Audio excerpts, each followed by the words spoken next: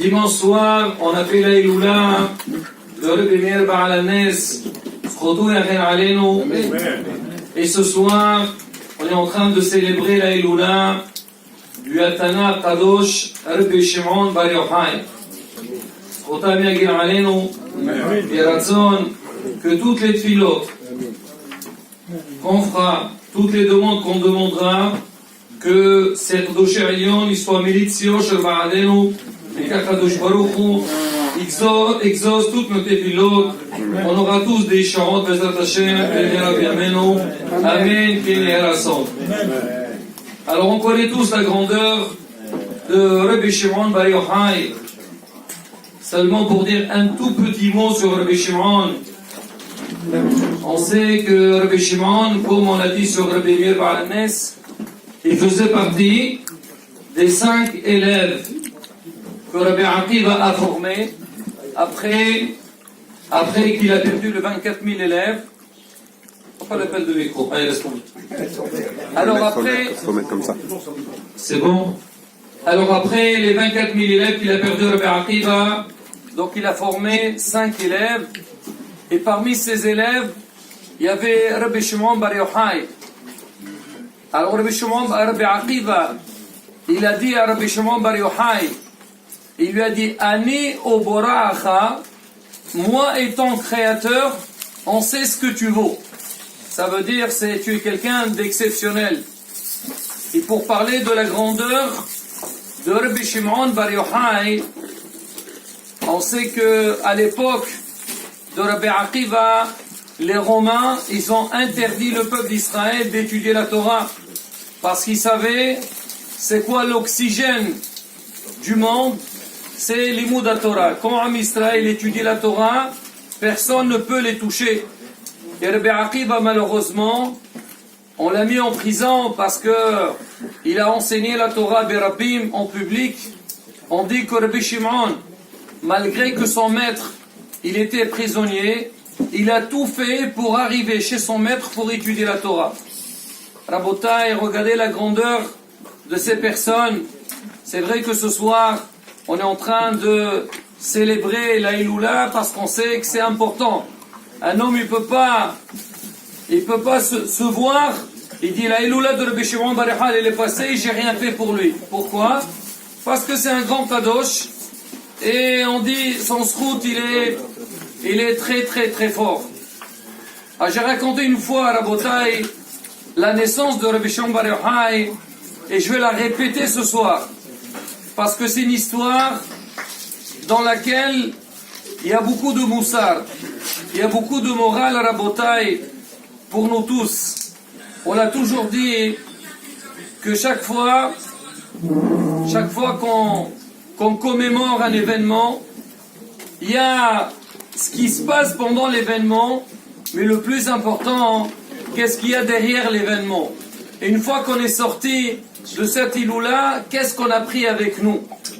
Alors Rabbi Shimon, on a lu sur lui, on a entendu parler sur lui beaucoup de Nissim Viniflaot, mais Rabotai, même sa naissance, elle était particulière.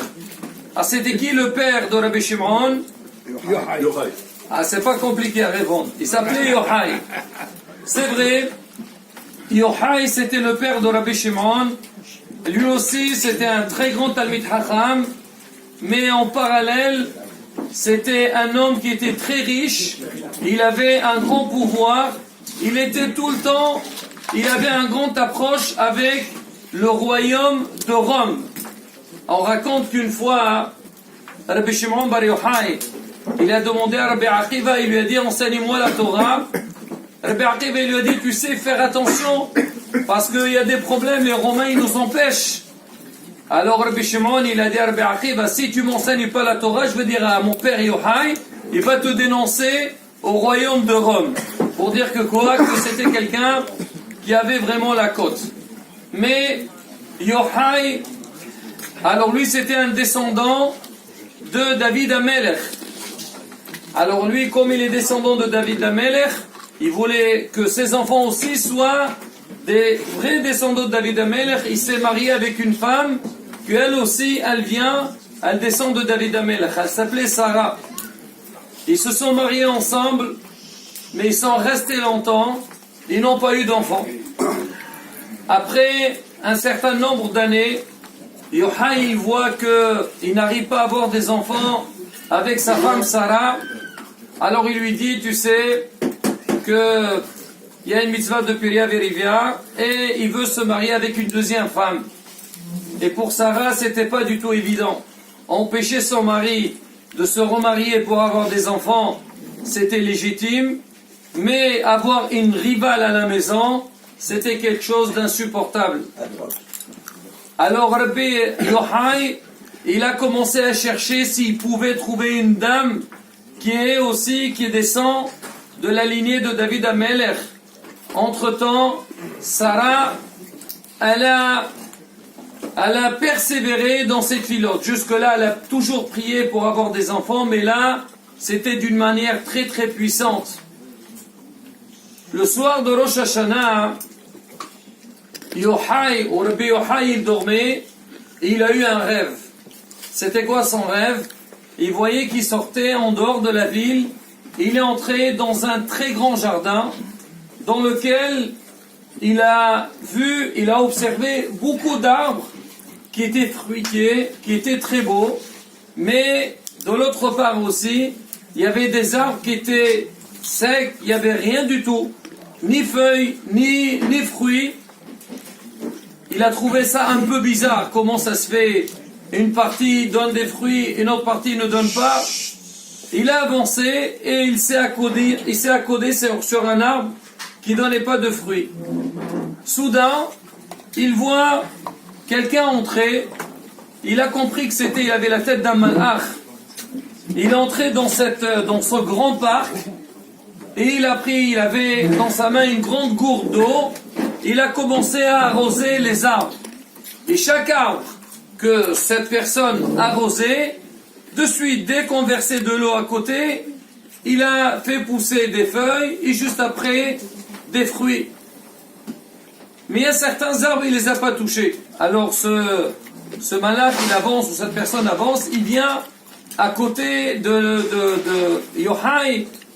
Yochai lui dit, écoutez, vous avez arrosé beaucoup d'arbres, alors vous ne pouvez pas arroser le mien aussi. Il a dit justement, je suis venu aussi pour arroser ton arbre. Et qu'est-ce qu'il fait donc cette personne, ce rabbin? Il sort une petite bouteille d'eau, il jette quelques gouttes d'eau sur l'arbre, il fait une bénédiction et sur le champ, l'arbre il commence à fleurir, il s'est rempli de feuilles, il a donné des fruits exceptionnels avec une odeur inimaginable. Yochai il a vu ça, il était surpris, ébloui donc du paysage qu'il voit, mais il remarque qu'il y avait à l'intérieur, parmi les fruits, il y avait un fruit qui était différent des autres, qui était très très beau, qui donnait une odeur exceptionnelle. Exceptionnelle, au contraire, il était très bon. Yochai il était très content que son arbre aussi il a donné des fruits, et la personne elle est partie, et Yochai se réveille. En se réveillant, il a eu un passour qui est venu dans son esprit, le passour de Télim, et Mabanim Semeha Alléluia. La mère des enfants se réjouit, merci Hachem. Alors en se réveillant, il s'adresse à sa femme. Il lui dit, Sarah, tu sais, hier soir, c'était Rosh Hashanah, j'ai fait un rêve un peu bizarre, mais il a l'air d'être exceptionnel, très agréable. Il a dit, vas-y, raconte. Et on sait, Rabotai, on dit quand quelqu'un il fait un rêve, s'il veut une interprétation, il faut aller voir quelqu'un qu'il aime pour qu'il interprète de bonne manière. Si tu le racontes à quelqu'un qui t'aime pas, il va mal introduire à Shemishmor, à savoir ce qu'il y aura après. Il lui a raconté tout le rêve. Alors Sarah a dit à son mari, Yochai, toi tu es un Talmid Hacham, est-ce que tu peux interpréter ce rêve?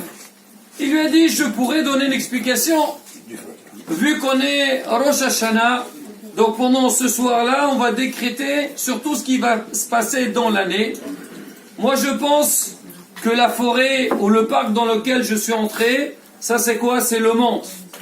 Et tous les arbres que j'ai vus, c'est des dames. Et alors pourquoi certains donnent des fruits, d'autres ils ne donnent pas? Parce qu'on dit quand une femme elle donne un enfant, elle s'appelle péribaten, le fruit du ventre. Alors tous ceux qui avaient des fruits, c'est des femmes qui avaient des enfants. Les arbres qui donnaient pas de fruits, c'était des femmes stériles. Et la personne qui est venue, certainement un malach, il est venu arroser pour annoncer que cette année-là, ils vont avoir des enfants.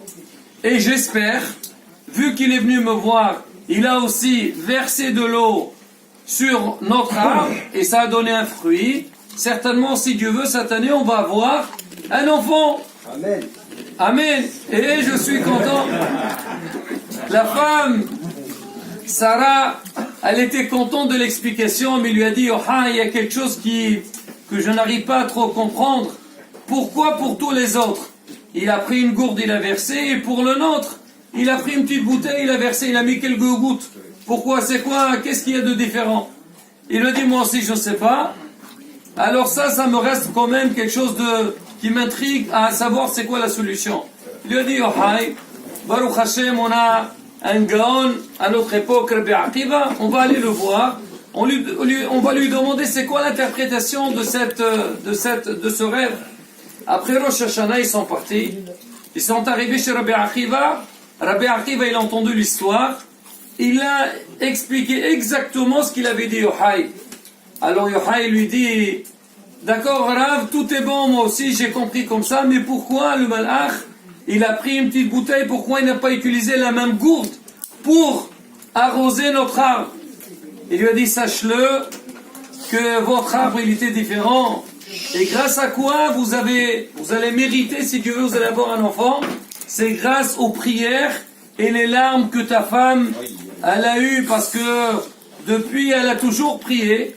Et surtout quand elle a su que toi, tu voulais te marier avec une deuxième femme pour avoir des enfants, elle a intensifié ses prières. Et ces larmes-là, ils ont fait un grand effet dans le ciel. Et c'est grâce à ça que Baruch Hashem, que vous allez mériter un enfant. Mais sache-le, Yochai, que vous allez avoir un enfant exceptionnel. Et que lui, alors la bonne odeur que vous avez sentie, c'est l'odeur de la Torah, le parfum de Torah qui va transmettre dans le monde entier. Faites attention à votre enfant, et Bezrat Hashem, vous allez mériter quelqu'un, un gadol dans la Torah. Et justement, c'était Rabbi Shimon Bar Yochai. Rabotai, de cette histoire, qu'est-ce qu'on apprend? On apprend beaucoup de choses. La première des choses dans la vie, il ne faut jamais se désespérer. Même si on a des fois des problèmes, et on a l'impression qu'il n'y a pas de solution, il faut savoir, il ne faut jamais se désespérer dans la vie. Akadosh Baruch Hu, Hayad Hashem Tiqsar, parce que Hashem n'a pas la possibilité, Hashem, mais Akol Yachol, il peut tout faire. Tout est possible.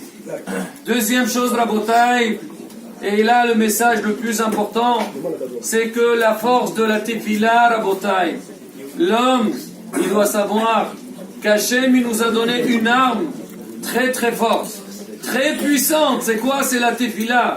Quand l'homme il vient à la synagogue, il fait des tefilotes. Quand une dame elle est à la maison, elle va allumer les bougies, elle va faire une tefila, elle va mettre sa main sur la mezouza, elle doit savoir, quand elle fait une prière avec une sincérité, c'est que Akadosh Baruch est en train de l'écouter. Et Hachem il attend pour qu'elle prie, pour qu'il lui donne des choses. Et la troisième chose, c'est ce qu'on est en train de vivre ensemble, c'est la grandeur de Rabbi Shimon Bar Yochai. Ce soir, c'est un mérite pour nous qu'on est présent ce soir. On fait la Iloula de Rabbi Shimon, Baruch Hashem, on mange, on chante, on fait des tuilotes, on allume des bougies. Ça c'est quelque chose d'exceptionnel. La Gemara elle dit,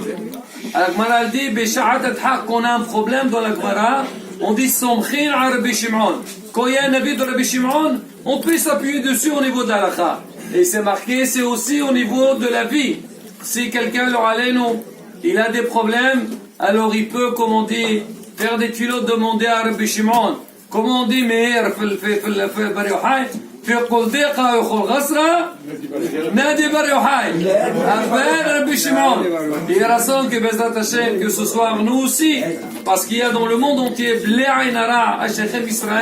on est en train de commémorer la Iloula de Rabbi Shimon Bar Yochai, que Rabbi Shimon là où il se trouve, il fera des filotes pour tout le clan d'Israël.